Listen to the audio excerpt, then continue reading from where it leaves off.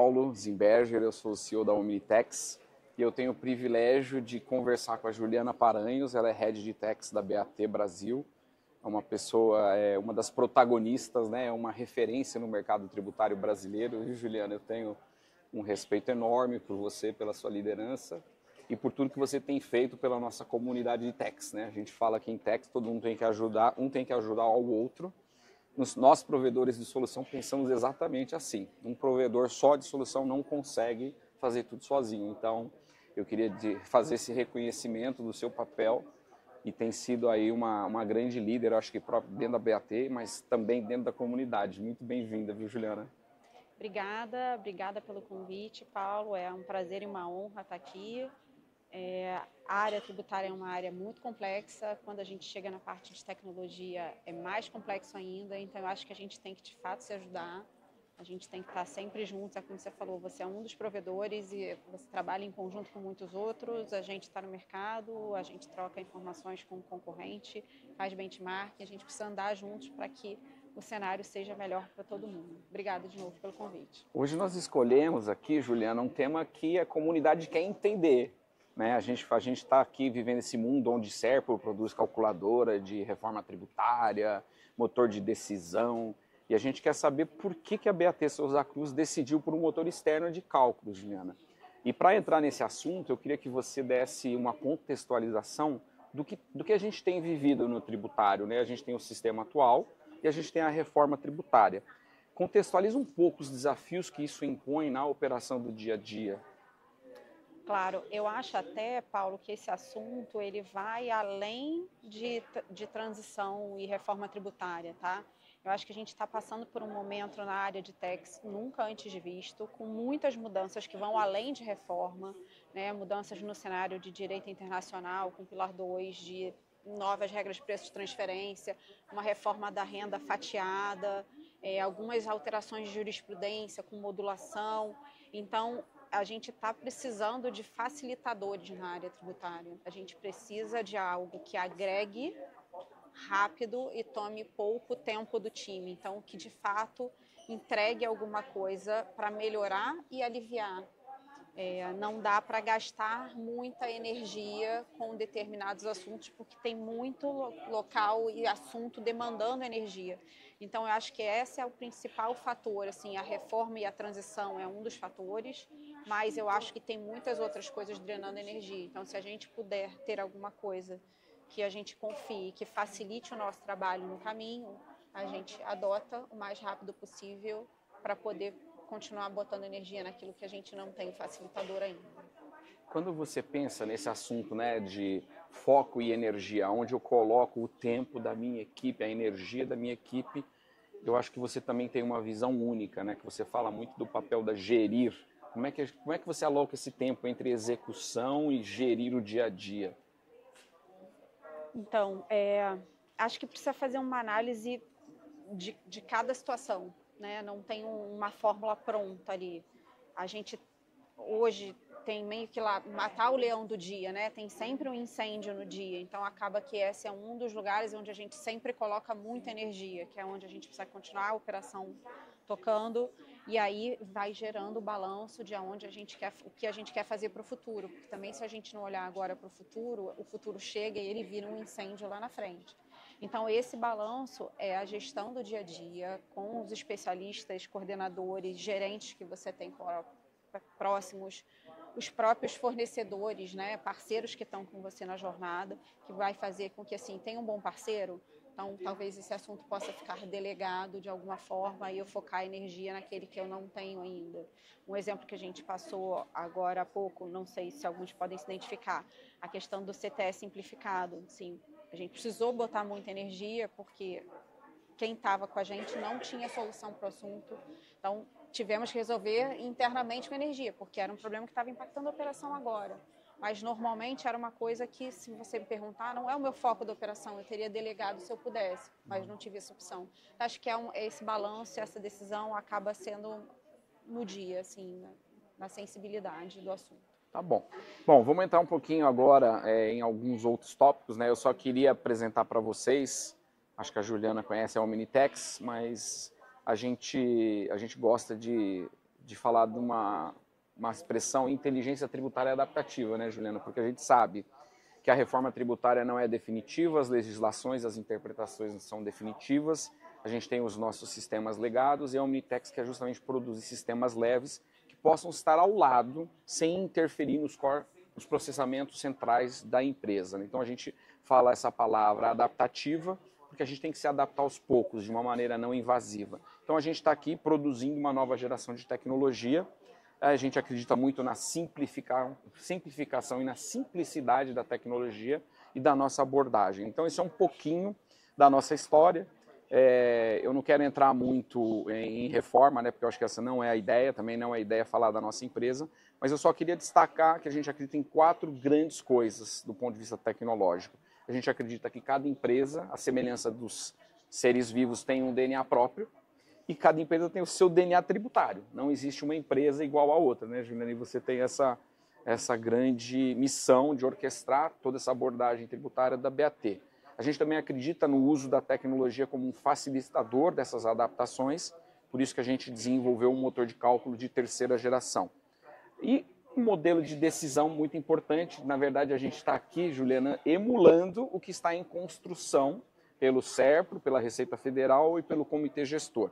E a gente quer equipar as empresas com essas novas tecnologias. Então, isso é só um rápido pano de fundo sobre o que é a Omnitex. Agora, eu queria que você explicasse um pouquinho para a gente a BAT.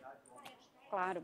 A BAT é uma empresa do segmento de tabaco. Aqui no Brasil, ela tem ainda o nome societário de Souza Cruz, que normalmente é um nome que ainda é mais forte aqui, mas ela é subsidiária de uma holding inglesa. E ela está presente em mais de 200 países, e isso significa que ela está presente em quase o dobro de países do que vocês encontram no McDonald's, só para ter uma ideia da proporção e do tamanho. No Brasil, a gente tem cerca de 4.500 funcionários, estamos em mais de 200 mil pontos de vendas, e dentro da nossa estrutura, que é uma estrutura bastante verticalizada, a gente tem 25 mil produtores de tabaco integrados na nossa cadeia, na qual a gente tem uma parceria ligada maior do que a safra, né? A gente garante que aquele esquema de parceria, de link da compra do tabaco vai acontecer de uma forma segura para eles. Do ponto de vista de tributo, a gente tem uma carga altíssima, chegando a quase 80% dos nossos produtos de preço mínimo, e tem um modelo tributário muito exclusivo por conta da tributação de cigarro. Então, a gente tem um modelo de IPI que é antecipado em relação aos demais produtos, que inclusive não é o preço da operação, é o preço de venda ao consumidor, que não é uma operação que a BAT faz, né? A BAT não vende ao consumidor. A mesma coisa para PIS/COFINS, o PIS/COFINS é a substituição tributária, que praticamente ninguém tem isso, ainda tem uma base de cálculo majorada. O ICMS e a ICMS-ST em todos os estados, a gente tem operação em todos os estados e ainda tem adicionais de fundo de combate à pobreza, então tem muitas peculiaridades tributárias. A gente tem diferentes sistemas legados, por conta de uma operação verticalizada, a gente precisa integrar algumas etapas da cadeia que não são as etapas principais de venda que está no nosso RP normal. Então, a gente precisa garantir que as questões de SUPAG, por exemplo, sementes que às vezes estão desvinculadas da operação principal tecnológica, a gente precisa garantir a tributação correta, o faturamento correto e a movimentação correta dessas mercadorias. E a gente tem uma operação com um bom volume de emissão de documentos fiscais, chega a praticamente 1 milhão de notas fiscais ao mês. Para uma operação que não é uma operação de varejo, é uma operação com um volume bem alto e que traz para a gente desafios bem grandes, considerando que a gente opera nos 27 estados. Tudo em grande escala, né, Juliana? Você tem de tudo um pouquinho, né? Uma operação super verticalizada, né? Desde o produtor até a distribuição. Acho que vocês têm até uma das maiores logísticas, talvez, do Brasil, né? De entrega, né? É verdade. Então, muito interessante, né? E pensando um pouquinho mais e dando um passo aqui num tema central, né? Por que a BAT decidiu por um motor externo de cálculo e não as estruturas tradicionais de um ERP, né? Eu acho que Se você pudesse explorar um pouquinho essa grande questão que vira, está na mente de todos, né? Inclusive Sim. das nossas aqui. Essa é um excelente questionamento, né, Paulo? Essa decisão do motor externo, ela vem muito vinculada na necessidade de como eu vou facilitar o meu dia a dia, e entre várias opções de facilitação, a gente foi olhar que a parametrização de novas operações, de tributos, de inclusão de novos produtos, era alguma coisa que tomava muito tempo, gerava uma complexidade, requeria um nível de controle e compliance muito grande, e que talvez tivesse alguma coisa que pudesse nos ajudar nesse caminho. E aí, quando a gente olhou para o futuro de reforma tributária, a gente percebeu que essa complexidade ia, no mínimo, dobrar. Eu acho que ainda vai ser um pouco mais do que dobrar, porque a gente ia conviver e vai conviver, né? Porque eu acredito que não tem mais retorno em relação à decisão de reforma tributária, com dois sistemas ao mesmo tempo, com tributos antigos, com tributos novos, com preços engrossapados dos tributos antigos, com preços líquidos para os tributos novos, com tributos novos e antigos que não se substituíram, que é o caso do IS e do seletivo e do IPI. O IPI ainda é vigente por conta da proteção da Zona Franca de Manaus, o seletivo entrando. Então, ele zera para quem tem seletivo, mas para quem não está, ele pode estar ali convivendo eventualmente numa nota fiscal, a depender do que você esteja comprando de produto, de onde você esteja comprando de tributo. Então, a gente percebeu que essa seria uma necessidade de facilitação no nosso caminho. Outro ponto também que a gente percebeu é que com a quantidade de sistemas que a gente tem e com a quantidade de entradas e ajustes e atualizações que a gente precisava fazer, a gente tinha uma perda de tempo, às vezes, para fazer a mesma tarefa, que era atualizar uma alíquota, que era incluir um novo NCM ou ajustar uma operação. Então, se a gente conseguisse centralizar esse esforço num único local, numa única fonte, que isso ia ajudar a gente a reduzir tempo e talvez melhorasse o compliance, a gente pudesse botar esse tempo que vai sobrar e energia para outras coisas. Então, essa foi uma das possibilidades que a gente viu em usar esse motor de cálculo externo. O outro ponto também, para mim, que acho que é quase que decisivo, é a questão da flexibilidade. Hoje, quando você vai fazer as coisas diretamente dentro do SAP, que é o nosso caso de RP, elas são muito fechadas, muito bloqueadas. No nosso caso, especialmente, a gente tinha liberdade no Brasil, na área tributária, para fazer alguns parâmetros, mas não todos, dependendo do que precisasse ser feito. É uma escalação regional, global, com deadlines, SLAs que não atendem o que a gente precisa, né? Aqui no Brasil, infelizmente, tem mudanças tributárias que valem para o passado, né? A pessoa publica em 29 do mês e diz que vale desde o dia 1º do mês. E aí, se há uma mudança que eu preciso de um SLA global de 3 meses, eu fico com quase um semestre inteiro de contingência ou com exposição e risco tributário. Então, eu acho que esse ponto da flexibilidade, de eu poder mexer, ajustar e ter o log e a segurança daquilo que eu fiz no caminho, se eu precisei ir, né? Eu brinco assim, não é o caso do motor de cálculo, uma decisão do IOF que vai e volta, sobe, desce, não sei o quê. Se é numa área que está coberta por motor de cálculo, você faz isso com uma facilidade muito grande, fica lá logado. Mudou porque saiu o MP, mudou porque teve uma decisão da STF, voltou porque o decreto, ou porque foi vetado, então você consegue gerar esse nível de compliance que fica dentro da mão da gente aqui no Brasil, que no caso é uma multinacional. E a questão da customização, a gente poder fazer as coisas da forma que nos atende melhor, né? A gente pode fazer um cálculo super complexo, a gente pode gerar um facilitador de cálculo ali, pode fazer resumos ou não, pode expandir. Então, essa questão da customização para aquilo que é a sua operação, para a forma com que você atende, se você é verticalizado, se não é, se eu tenho uma operação hoje de distribuição direta ou se eu tenho uma indireta, eu consigo customizar toda essa parte de preço e tributo de acordo com a minha operação. Então, acho que esses foram os 4 pilares que a gente olhou e viu que haveria vantagem para a gente avaliar um modelo de motor externo nesse cenário que a gente se encontra atualmente. Muito legal, eu não poderia concordar mais, né?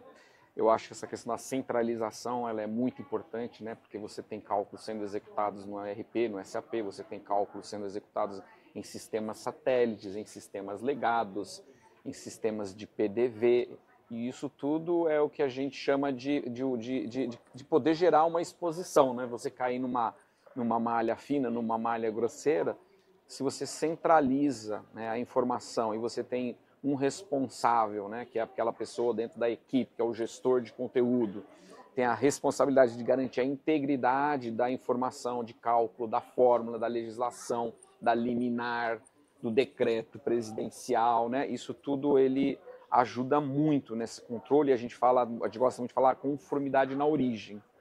E uma questão que eu também acho muito legal que você tocou, essa questão da flexibilidade, né? As novas tecnologias, elas têm que ser flexíveis, elas têm que ser dinâmicas. A TI e o tributário têm que conviver melhor um com o outro, né? Não é tudo que eu faço, então, se eu for modificar uma fórmula de cálculo por uma interpretação distinta e uma decisão do comitê dentro da empresa, a gente pode fazer isso de uma maneira rápida, ou vocês podem fazer isso de uma maneira rápida, né? Não tem aquele engessamento, não tem que mandar para a Índia, não tem que mandar para um cara de desenvolvimento, não vai ter que abrir um chamado no fornecedor da solução. Então a gente, isso é muito legal, né? Porque vai solidificando essa ideia que com tamanha complexidade, se a gente não usar de métodos e tecnologias novas, a gente vai fazer mais do mesmo, né? E o mesmo a gente já conhece, né? Exato. E tem um ponto que é importante falar, assim, quando a gente tem uma estrutura multinacional em que fica centralizada determinadas decisões sistêmicas, é difícil explicar, às vezes, o cenário do Brasil, né? Como você falou, como que eu tenho uma alteração de tributo que vem por decreto, depois por decisão judicial, que aí veta, que aí sobe de novo. Eles não conseguem entender isso lá fora. Então, obviamente, o sistema lá fora não precisa estar preparado para esse tipo de maluquice, que a gente aqui precisa, porque senão a gente fica sem operar. Então, acho que esse é um ponto que, às vezes, assim, trazer isso para mais próximo da operação, especialmente no caso do Brasil, que tem cenários que não são replicáveis em outros países, em outros locais, ajuda a gente a gerir da melhor forma a operação aqui e garantir o resultado que a administração espera. Você sabe que, você falando agora, né, de Brasil, o Brasil foi pioneiro na digitalização do fisco, né? Quando a gente começou com a nota fiscal, quando a gente começou com o SPED, e agora eu tenho falado muito de uma segunda onda de digitalização do fisco, né? Que são esses novos sistemas que estão em construção por todas as entidades, né? Federais, municipais, estaduais. Então, realmente, a gente precisa pensar nesses novos sistemas e como que nós vamos nos proteger de apurações automáticas, de split payments, e como nós vamos auditar isso, né? Porque o que a gente está falando agora é de uma corrida, né, na minha visão, pelo crédito tributário, né? Nós todos estamos nos tornando o fisco, né? A empresa vai fiscalizar. O crédito e a liquidação, né? Porque a gente criou uma etapa a mais de ter que garantir a parte da transação da tesouraria. A gente precisa garantir se pagou, se não pagou, se passou naquele método, porque o crédito deixou de ser o crédito escritural. Então, adicionou alguma coisa mais complexa nesse cenário, que é um conhecimento que a gente não tem hoje na área tributária. A gente não controla essa etapa, né? Sim. É a tal da conciliação, né? Então, a rastreabilidade, que foi uma palavra que você usou nessa decisão e nessa plataforma nova, ela é fundamental, né? Todas as atividades, desde um pedido de cálculo, né? Porque um motor externo ele é não invasivo. Ele recebe uma pergunta, manda uma resposta. E eu tenho que te dar condições de rastrear todas as perguntas, todas as respostas, quem logou, quem pediu, quem alterou. E agora que a gente vai emitir a nota fiscal, a gente vai ter que rastrear, tokenizar essa emissão e tokenizar o pagamento. Porque como é que eu vou cruzar se houve o pagamento, a liquidação financeira? Eu tenho que ter um token nas duas pontas do documento eletrônico e um token nos meios de pagamento, né? Então isso é muito importante, é uma tecnologia nova que o governo está desenvolvendo, os meios de pagamento estão engajados, INCAT, Receita Federal. A gente falou, acho que um pouquinho, né, são orçamentos bilionários, né, que estão em produção, né, nessa nova onda de digitalização. Eu chutaria que são alguns bilhões de reais, eu chutaria mais de 6 mil pessoas, e nós, das empresas, temos que acompanhar esse ritmo, né? Sem dúvida, porque se a gente não acompanhar, provavelmente a gente vai acabar tendo algum prejuízo financeiro, né, se a gente não tiver conseguindo entender o que o fisco está fazendo, conseguindo auditar aquilo que está sendo feito, para poder garantir o nosso direito de crédito. Assim, pode ser que tudo funcione perfeitamente, mas, enfim, são humanos do lado de lá também, estão entrando num cenário super novo para eles. Então, eu acho que é a forma que a gente deveria agir, né? Gerar um compliance do lado de cá para garantir as informações tanto de calculadora do fisco, quanto de apuração, quanto de split payment para alocação dos créditos. Muito bom. Então vamos mover mais um pouquinho, né? A BAT, conhecidamente uma empresa centenária, né? Super estruturada, com muitos processos, metodologia. A gente fala muito no tributário que sem metodologia, sem governança, não sobrevive, né? Eu queria que você explicasse para a gente um pouquinho como é esse processo de análise e de decisão. É uma coisa simples, rápida, por onde passa? Claro, bom, sendo uma empresa centenária e gigante, ela não se move muito rápido. As coisas são, por compliance, governança, delegação de autoridade, a gente precisa passar por um fluxo. Então, nesse caso da decisão do motor de cálculo, a gente fez benchmark, foi no mercado entender o que outras empresas estavam fazendo, empresas de diversos portes, para a gente poder olhar aquilo que funcionasse melhor para a gente, e às vezes não necessariamente poderia ser uma empresa de grande porte também, porque, de novo, às vezes passa por alguns funis que a gente, como empresa de grande porte, passa e o resultado poderia não ser o que a gente queria. A gente fez um leque bem amplo de avaliação de mercado para ver o que tinha. Bateu nas empresas de fornecimento de tecnologia, todo mundo assim, fez o benchmark com clientes e fez benchmark com os fornecedores, né? O que você tem, o que você está disposto a fornecer, o quanto é flexível, o quanto é ágil, o quanto você consegue se adaptar à minha realidade. A minha realidade tem essas diversas formas. Então, falamos também com diversos fornecedores, isso até é uma característica minha e do time, a gente atende todo mundo que bate na nossa porta, a gente escuta as propostas que tem. Acho que às vezes a gente é muito surpreendido, não é sempre. Tem muita coisa do mercado mais do mesmo, mas tem gente sim que traz novidades. Eu acho que talvez seja uma dica meio fora do contexto aqui que eu posso dar, eu acho que vale a pena. Então também falamos com todo mundo, trouxemos todo mundo para a mesa e a partir dessa análise a gente selecionou aqueles que a gente entendia que tinha mais fit com a nossa operação, com tudo aquilo que a gente tinha colocado, e pediu para realizar POCs. Algumas super bem sucedidas, que retornaram para a gente um leque variado de operações, não volume, mas variado, com uma precisão muito grande. Outras nos pediram um tempo gigante para retornar, uma prova de conceito e pediam, inclusive, um pagamento antecipado para gerar prova de conceito, o que já deu para a gente algumas indicações de que talvez não seja tão rápido, não seja tão flexível do que a gente gostaria. Algumas com um escopo muito limitado. Eu falei, nossa, se na POC já tem uma limitação, que já é limitado, ainda gera mais limitação de escopo, isso já me traz alguns recados também do que a gente está querendo e para onde a gente está querendo ir. Então, a POC foi um filtro, e aí não necessariamente fazer a POC, mas a forma que a gente pediu a POC e que a gente teve o retorno do que seria feito com a POC, foi um baita filtro para ver quem seriam os potenciais fornecedores nesse cenário, o que para a gente, no nosso caso, nos levou a uma escolha quase que única. Mas com isso tudo, a gente precisou fazer a parte de revisão técnica, né? Uma vez a POC concluída, fizemos revisão técnica, isso tudo passa pelo time de IDT, arquitetura, segurança, como que funciona, eles olham não só o nível local, como o nível global, porque, de novo, a gente é uma empresa com todos os sistemas conectados e a hora que a gente traz uma novidade de mercado, dizendo, ó, isso vai flutuar aqui fora, não se preocupe, a gente precisa de fato garantir o não se preocupe, são muitos testes realizados, aí essas reuniões eu já nem consigo participar, porque eu nem falo a mesma língua dessas pessoas, são reuniões super técnicas para garantir que, sim, eles têm capacidade técnica de entregar algo melhor, sem afetar aquilo que já está funcionando do ponto de vista sistêmico para o Brasil e para o mundo inteiro. Passado a parte técnica de IDT, a gente segue para aprovação. A aprovação começa local tanto financeira de custo, quanto de tecnologia, quanto da parte de techs, para garantir que aquilo entrega aquilo que está sendo prometido, né, os objetivos iniciais.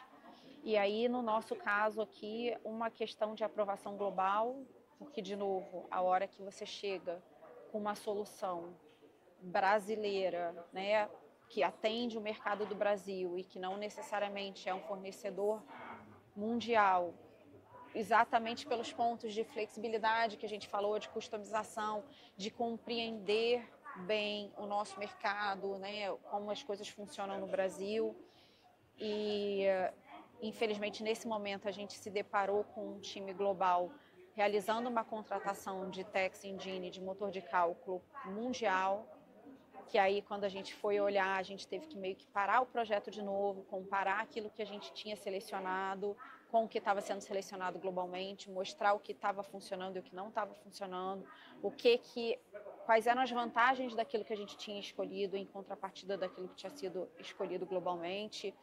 Foi curioso nessa parte, Paulo, porque quando eles apresentaram o projeto globalmente, eles diziam que o Brasil estava fora do escopo. Então, o que a gente imaginou? Que tudo bem, posso fazer o que eu quiser, não podia fazer o que eu quiser, mesmo estando fora do escopo. Eu precisei contra-argumentar em vários setores de por que, apesar deles terem escolhido uma tecnologia global, por que não funcionava para a gente. E, assim, foi um processo de meses ali, tendo que justificar o injustificável para alguma coisa que a gente não estava no escopo. Então, precisei escalar para todo tipo de gente que deu, né, Tex global, diretor financeiro local, regional, para dizer, a gente precisa disso, a reforma tributária está chegando, se eu não tiver um facilitador no meu caminho, as chances das coisas não serem entregues eram muito grandes, mas deu tudo certo, a gente conseguiu uma autorização especial de contratação do motor que a gente achou que iria nos ajudar melhor aqui no Brasil. E aí finalizamos a escolha e estamos agora no processo de contratação e início de implementação. Bom, eu fico realmente surpreso, né? Primeiro pela robustez do processo. Gostaria que todos os clientes, né, empresas executassem um processo desse, né? Porque a gente sabe de tantas histórias de compras erradas em tecnologia, né, que a gente investe rios de dinheiro, né, e a gente muitas vezes é obrigado a fazer uma implementação tecnológica que não é o ideal para a nossa empresa. Então isso daí já fala muito com como você gere esse time, né, no Brasil, esse protagonismo que você tem na nossa comunidade, né, e o profissional de techs que a gente precisa, né, Ju, e nós estamos todos lutando por eles, é justamente isso. A gente tem que fazer o melhor para a nossa empresa, né? Nós estamos trabalhando num CNPJ e a gente tem que proteger os interesses dessa empresa. E nem sempre é fácil, né? Porque você explicou o processo global, o processo local. Mas é assim, quando a gente tem a certeza de uma decisão, vale a pena lutar por ela, né? E aí a questão da personalidade, né? Da abordagem e da firmeza de propósito, ela ganha uma relevância muito grande, né? Então, muito impressionado. Ju, falando um pouquinho mais sobre essa arquitetura, né? Como é que ela está preparada para os próximos anos? Por que fazer isso agora e não lá para frente? Eu acho que a gente precisa agora, a gente tem uma batalha, né, longa pela frente, que é a transição da reforma tributária, e a gente precisa de facilitador nesse caminho. Ainda tem muita coisa indefinida nesse campo de reforma tributária, então eu acho que esperar para simplificar aquilo que a gente já conhece é um erro, porque a gente ainda vai ter que botar energia para simplificar aquilo que a gente ainda não conhece, que ainda não está definido, que ainda tem dúvida. Então, talvez esse seja o melhor momento para já implementar o motor agora, ele já entregar aquilo, e aí isso pode ser entregando o cálculo só do sistema antigo, porque 2026 não tem grandes cálculos, é basicamente o destaque, mas que eventualmente, conforme as coisas sejam definidas em relação a IBS e CBS, a gente já bote essas próximas regras lá para dentro e vá colocando todas as outras regras conforme elas sejam claras e publicadas. A questão que a gente colocou aqui como AAA, né, é a adaptabilidade da ferramenta, a agilidade da ferramenta e a autonomia da gente poder fazer isso tudo por aqui, né? Isso hoje vai ficar dentro da área tributária, toda essa questão da parametrização, que é onde deveria estar.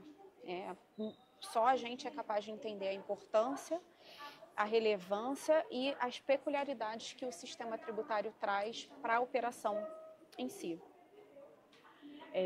A questão do SAP CC e SAP S/4HANA, essa questão da migração, ela não está dentro da mão tributária. Então, quanto eu estiver preparado para estar operando nos dois sistemas, mais facilidade eu entrego para a área de tecnologia, para a hora que tomar essa decisão e o momento que tomar essa decisão de migração, nós não sermos um gargalo de parâmetro, de input no sistema e de garantia de informações tributárias para que a operação continue. A gente falou um pouco disso, mas esse é um ponto de destaque, né? A gente está indo para um modelo de reforma tributária que o fisco vai trazer um novo modelo de cálculo, ele vai trazer um novo modelo de entrega de obrigações acessórias, ele vai trazer um novo modelo de alocação financeira através do crédito da liquidação com split payment ou não. Como que eu posso olhar para isso e garantir que eu vou conseguir avaliar, auditar as informações que estão ali? Acho que esse modelo do motor de cálculo, ele tem a agregar para a gente nesse caminho, de entregar as informações mais mastigadas, assim. A verdade é que acho que nenhum time tributário hoje está preparado para lidar com a calculadora da Receita, está preparado para lidar com a apuração automática. Pode ser tão simples se funcionar, mas se ela tiver algum erro, a gente não consegue nem começar a procurar o erro. Primeiro, porque o sistema não é nosso. Segundo, porque a gente não sabe exatamente a lógica que está ali por dentro. E terceiro, porque a gente está iniciando uma operação tributária nesse modelo novo, que não é da onde a gente veio nos últimos 20, 30 anos. E acho que ela tem o potencial, exatamente pela facilidade que tem de uso, adaptabilidade, de ficar na nossa mão, dela ajudar a gente em relação ao split payment, nas alocações de tributo, e a tokenização que você mencionou de link com o pagamento. A hora que isso estiver tudo amarrado, ela tem a tendência de conseguir entregar para a gente um relatório de split payment que já leve a gente às decisões e às conclusões em relação ao momento de crédito e o valor total do débito e da apuração. Pensando em tudo isso que você falou, a gente vê claramente, né, que o mercado das nossas soluções, como a gente conhece hoje, estão em real transformação. Relatórios de SPED, entrega de obrigações, praticamente em 2033 deixam de existir, né? Essa é a grande promessa. O que para todo mundo é muito bom, né? Porque se gasta um tempo enorme fazendo apurações para um documento eletrônico que já existe desde 2008, que já poderia estar fazendo isso em nome das empresas, né? A gente sabe que a apuração de obrigação consome uma energia e um tempo preciosíssimo das equipes tributárias, né? A gente fala que o tributário está muito no operacional e definitivamente com esses novos sistemas a gente tem uma esperança de ganhar um tempinho para pensar mais estrategicamente, né?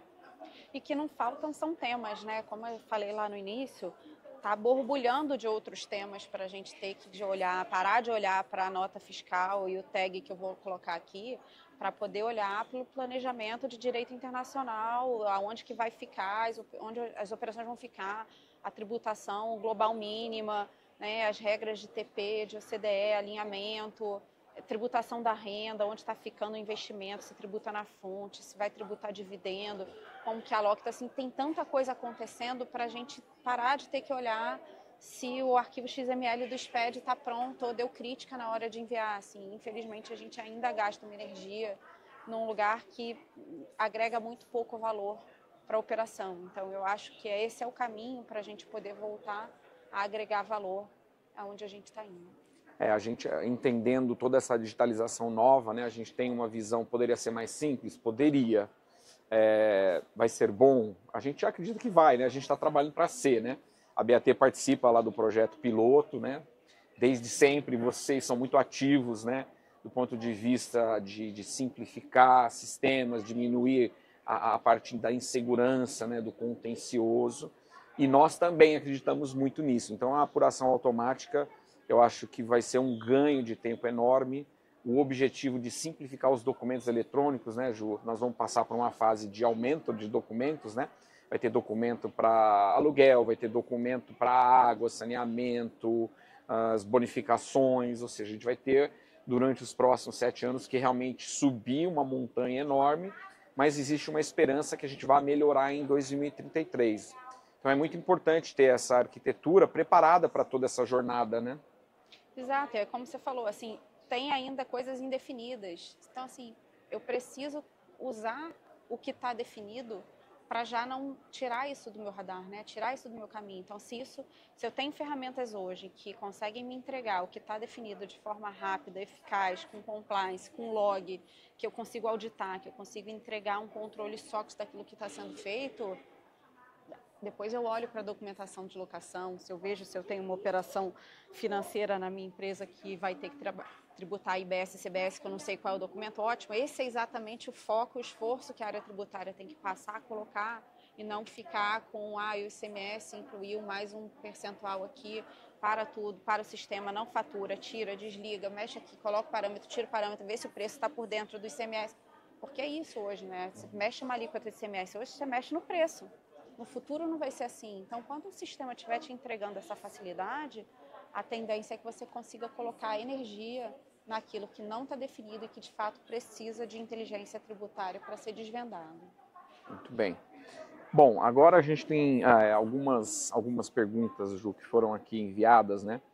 E aí eu queria fazê-las, né? Então, a primeira delas, Ju, é nesse ambiente, né, de transição que a gente está vivendo, não seria melhor esperar a consolidação das leis infralegais ou até mesmo o próprio projeto do S4HANA para iniciar esse projeto de motor externo? Cara, acho que, assim, minha visão, eu acho uma loucura esperar mais qualquer coisa, tá? Para mim, 2026 está aí, vai entrar. Acho que esperar hoje só vai te colocar menos tempo para tomar decisão. Então, eu não esperaria mais nada, eu seguiria com aquilo que está na mão, que a gente pode decidir, o que a gente consegue ajustar e fazer, e depois, mas a alíquota é diferente, tá bom, vamos alocar a alíquota correta, mas tem coisas que já estão definidas, que já estão lá e que a gente pode seguir. A decisão do SAP S/4HANA, no meu caso, não está na minha mão como tributário, não está na minha mão como Brasil. Então, eu não posso ficar com um projeto de reforma tributária que vai entrar esperando uma decisão global de tecnologia, de que momento migrar, se migra, se não migra, porque às vezes, né, eles testam em outros países e decidem não migrar. Então, eu acho que não dá para ficar sabendo que tem um projeto de reforma tributária e que ele vai entrar. Então, eu prefiro estar preparada com ajustes para fazer um caminho do que aguardar e depois ter que sair correndo uns 100 metros rasos que eu não tenho capacidade de fazer. Não, espetacular. Muito bom. Ju, tem uma pergunta aqui que eu acho que é mais para mim do que para você, né? E você pode fazer pergunta para mim também, tá? Tá perguntando assim, ó, todo ERP pode ser conectado a um motor externo? A resposta é não é todo ERP. Somente aqueles ERPs que estão abertos a uma comunicação através de APIs, através de JSONs. Então a gente sabe que existem ERPs ou existem sistemas legados muito antigos ou até mesmo sistemas satélites que não conseguem mandar uma pergunta e uma resposta num formato API seguro. Então isso é uma das características dessa tecnologia. Mas acho que a maioria dos RPs hoje das empresas core, eu acho que estariam conectados, né? Acho que qual é a sua realidade hoje? Quando você vai numa empresa e você encontra mais qual cenário? Não, hoje a grande maioria, Ju, eu diria que principalmente todos os SAPs, né, existe um movimento muito forte. Eu trabalhei na SAP por 5 anos, né? A SAP fez um esforço enorme de localização, tropicalização Brasil, criou um centro de desenvolvimento em São Leopoldo, mas dada a dinâmica das alterações legislativas, normativas técnicas, a SAP ela exige muito que o ecossistema externo consiga complementar as soluções, então todas as APIs da SAP são abertas, né? Existe um movimento chamado SAP Public Cloud, né, que não é o Private Cloud, que é o caso da BAT, totalmente externo, essas questões de cálculo, de obrigações acessórias. E na Oracle é a mesma coisa, né? Então a gente tem algumas diferenças. É muito importante, né, entender o ambiente tecnológico dessa empresa e fazer realmente uma análise profunda se todas elas estão aptas a se comunicarem através de APIs. Porque a gente não quer ser invasivo nos sistemas, nem nos legados, nem nos RPs. A gente quer ter segurança nessas transações, e aí é o famoso mundo novo, né? A gente está falando de um mundo de API, de nuvem, que é totalmente elástico, que a gente não vai ter gargalos tecnológicos. Mas é isso, né, Ju? Acho que a gente está chegando no nosso tempo. Você tem mais alguma pergunta? Não, obrigada. Não? Quero te agradecer demais o convite e avisar o público, enfim, se quiserem tirar alguma dúvida, se quiserem algum benchmark, eu estou à disposição. Obrigada, Paulo. Muito obrigado, viu, Ju? Obrigado por compartilhar tanto conhecimento, né, tanta experiência no momento que a gente está vivendo. É muito bom poder contar com clientes assim exigentes, né? Então, muito obrigado. Obrigada a você.